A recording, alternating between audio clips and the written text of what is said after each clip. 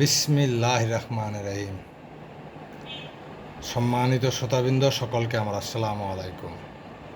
আজকে আমি রাশিয়া এবং ইউক্রেন যুদ্ধের সর্বশেষ আপডেট আপনাদের সামনে উপস্থাপন করছি। রাশিয়া ইউক্রেন যুদ্ধে দিন দিন ভয়াবহ রূপ ধারণ করছে। রাশিয়া ইউক্রেন যুদ্ধ বিগত প্রায় 3 বছর ধরে এখন পর্যন্ত চলমান রয়েছে। একদিনে রাশিয়া 728টি ড্রোন এবং 13টি ক্ষেপণাস্ত্র দিয়ে ইউক্রেনের বিশাল ভূখণ্ডে ব্যাপক ভয়ঙ্করভাবে আঘাত হেনেছে, যেটা আসলে 3 বছরের যুদ্ধে রাশিয়া এত বড় হামলা ইউক্রেনের মাটিতে এর আগে আর কখনো করেনি।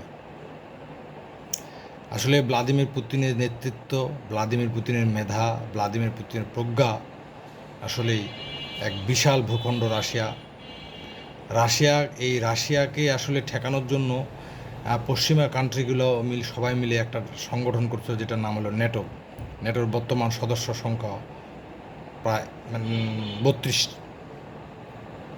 এই নেটোটাকে নিয়ন্ত্রণ করে মূলত আমেরিকা আমেরিকা এই নেটোটার প্রধান লিডারশিপ।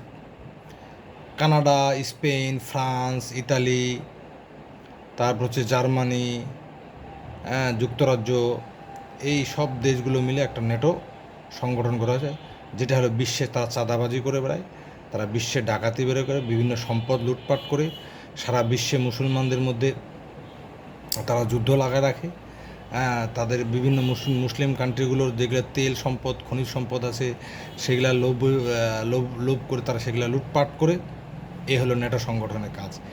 এই নেটো সংগঠনটাকে একমাত্র নেটো সংগঠন আজকে যায় আটকা পড়ে গেছে সেই বিশাল ভূখণ্ড রাশিয়ার কাছে। রাশিয়া এই যে ইউক্রেন যুদ্ধটা হচ্ছে, এটা মূলত শুধু ইউক্রেনের সাথে যুদ্ধ হচ্ছে, এটা ভুল কথা। রাশিয়া ইউক্রেন কিন্তু যুদ্ধটা শুধু রাশিয়া ইউক্রেনের সাথে যুদ্ধ করছে না। এখানে প্রায় 32টা দেশ তো নেটো আছে, এর বাইরে কিছু কিছু দেশ এটাকে অস্ত্র দিয়ে সহযোগিতা করে। প্রায় 40-45টা দেশের সাথে রাশিয়া যুদ্ধ করতেছে। রাশিয়ায় আমার কাছে মনে হচ্ছে রাশিয়া একটা বিশাল ভূখণ্ড।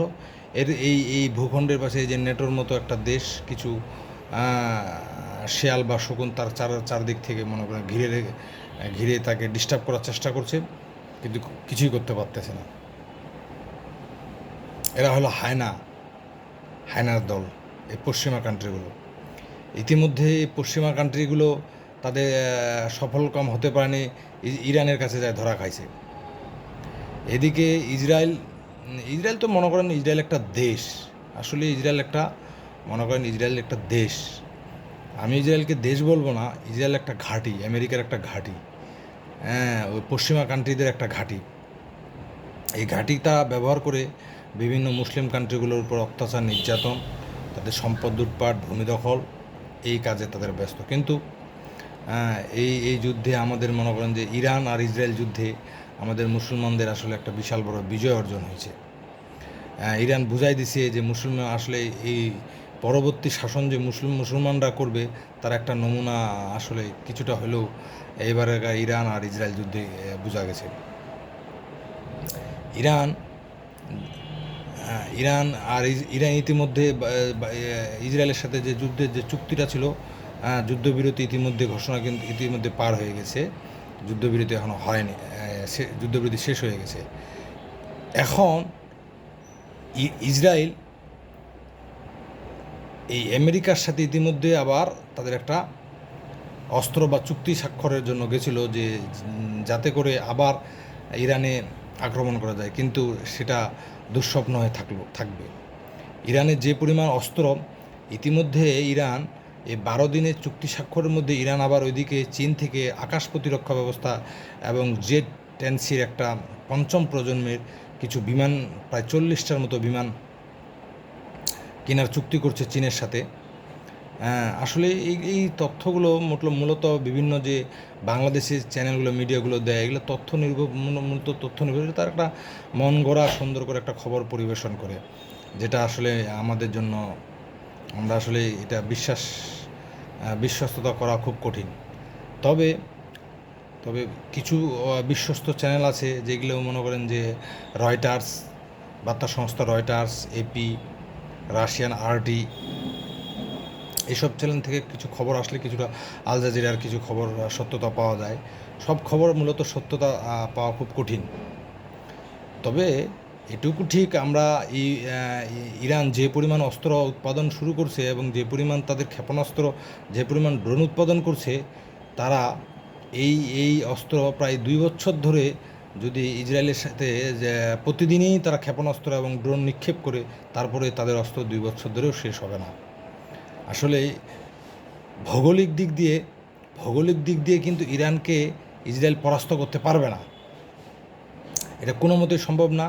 ইরান দেশটা ঠিক আফগানিস্তানের মতো একটা দেশ, যেখানে আপনার প্রচুর পাহাড়, আপনার পাহাড় আর পাহাড়। এখানে মনে করেন যে শুধু ইসরায়েল কী করবে, আমেরিকা কী করবে, এখানে বিভিন্ন বোমাবাজি করে এদের ভবন, এদের মানুষ হত্যা করবে, এদের সামরিক যেগুলা বাহিনীর সামরিক আছে, সামরিক তারা অ্যাটাকগুলো সামরিকের উপর করবে, করার পরে সামরিক খাতটা দুর্বল করে দিয়ে গেলে মনে করেন যে এটাই এদের মূল পলিসি।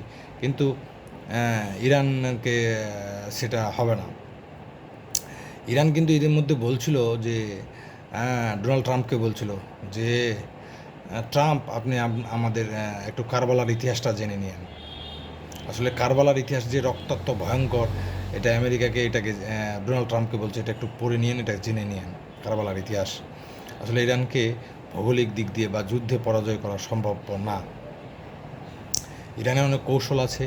ইরান সাধারণত ওই যে হরমুজ প্রণালী আছে, ইরান এমনভাবে তার ভৌগোলিক মানচিত্রে অবস্থান করছে যে হরমুজ প্রণালী যদি বন্ধ করে দেওয়া হয়, এতে সারা বিশ্ব একটা সংকটময় পরিবেশের মধ্যে পড়ে যাবে। এই জন্য ইরানকে কখনো যুদ্ধে পরাজয় করা সম্ভব না। আর এই যে রাশিয়া আর ইউক্রেন যুদ্ধ চলছে, এনে তো মনে করেন যুদ্ধ চলছে, যুদ্ধটা মূলত অর্থনৈতিক যুদ্ধ। এখানে যুদ্ধ অর্থনীতি নিয়ে চলমান। রাশিয়া কিন্তু ইউক্রেনের যে 4টা অঞ্চল দখল করছে, দোনেক্স, জাফরিজিয়া এবং খারসন, এই 4টা অঞ্চলে যে পরিমাণ সম্পদ তারা অর্জন করে নিছে রাশিয়া, এই সম্পদ মনে করেন যে ইউক্রেনকে একটা পঙ্গুত্ব ধারণ করে দিয়ে দিয়েছে। ইউক্রেন ছিল মূলত একটা পোস্টারের মতো দেশ, খুব সুন্দর চমৎকার পরিচ্ছন্ন একটা দেশ, কিন্তু তারা এই পশ্চিমা কান্ট্রি এবং আমেরিকার বন্ধুত্ব এবং আমেরিকার একটা লোভনীয় পদে ফাঁদে পা দিয়ে তারা নেটোর সদস্য হবে বলে এরকম একটা আশ্বাস দিয়ে তাদেরকে আজকে এই দেশটার মানে হাজার হাজার লক্ষ লক্ষ লোকের জীবন বিপন্ন অবস্থায়, বিপন্ন পরিবেশ তৈরি, শুধু এই লোভে আমেরিকার লোভে পড়ে যে তারা নেটোর সদস্য করবে, যে রাশিয়া। কিন্তু রাশিয়া কখনো ছাড় দেয়নি। রাশিয়ার প্রেসিডেন্ট ভ্লাদিমির পুতিন বলছে যে রুশ সেনারা যেখানে পা রাখবে সেটাই তাদের দেশের অংশ। তো তাদের দেশের অংশ। ইউক্রেন ছিল খুব সুন্দরতম দেশ একদম। সেই দেশটাকে আজকে শুধু একটা জোকার, ইউক্রেনের প্রেসিডেন্ট জোকার ছিলেন ইনি, যেটা টিভিতে বিভিন্ন নাটক এগুলো জোকারগিরি করে, তো ও দেশের প্রেসিডেন্ট। একটা প্রেসিডেন্টের পাল্লায় পড়ে মনে করেন দেশের লক্ষ লক্ষ মানুষ আজকে জীবন হুমকির মুখে ফেলাই দিচ্ছে। অনেক বাচ্চা কাচ্চা, কত মানুষ হত্যা হচ্ছে, মানুষ মারা যাচ্ছে। যুদ্ধ তো কখনোই মঙ্গলজনক না, যুদ্ধ কখনোই সমাধান না, যুদ্ধ কখনোই কারোর জন্য ভালো জিনিস না। এই যুদ্ধবাজ মনে করেন যে নেটো শুধু মূলতই তৈরি করা হয়েছে বাইরে বিভিন্ন ছোট দেশগুলোকে শাসন করার জন্য, ধ্বংস করার জন্য। নেটোর মূল কার্যক্রমটা হলো এটা, যে মুসলিম কান্ট্রিগুলোকে তারা বেশিরভাগ ধ্বংস করবে, মুসলমানদের তারা কখনো উপরে মাথা উঁচু করে দাঁড়াতে দিবে না, তাদের অর্থনীতি পঙ্গু করে দিবে, তাদের সামরিক খাতটা পঙ্গু করে দিবে, তাদের সম্পদ লুটপাট করবে, তাদের সব কিছু লুটপাট করবে। এই হলো নেটোর কাজ।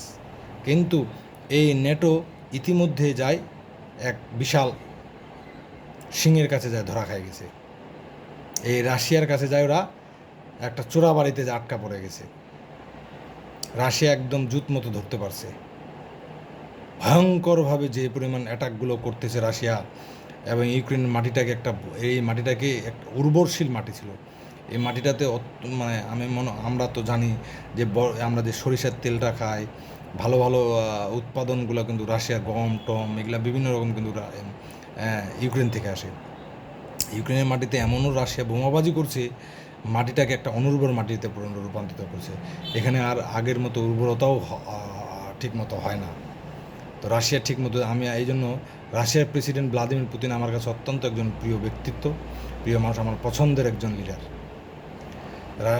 এই জন্য রাশিয়া আমাদের মুসলমানদের এক প্রকার বন্ধু। প্রত্যেকটা মুসলিম কান্ট্রির সাথে রাশিয়ার সম্পর্ক ভালো আছে। হ্যাঁ, রাশিয়া মনে করেন যে প্রত্যেকটা এই যে ইসরায়েল এবং ইরানের যুদ্ধ, এখানে কিন্তু ইরানের পিছনে অবশ্যই রাশিয়ার একটা ছায়া আছে। এই ইরানের যে প্রযুক্তিগুলো, যে যুদ্ধ অস্ত্রগুলো, তারপর মিসাইল টিসাইলগুলো, এখানে রাশিয়ার কি অবদান আছে। রাশিয়া মূলত মুসলমানদের একটা ঢাল হয়ে দাঁড়িয়েছে। যাও, সর্বোপরি আমি আমার বিশ্লেষণ আর দীর্ঘায়িত করব না। সকলে ভালো থাকবেন। সকলকে আমার আসসালামু আলাইকুম।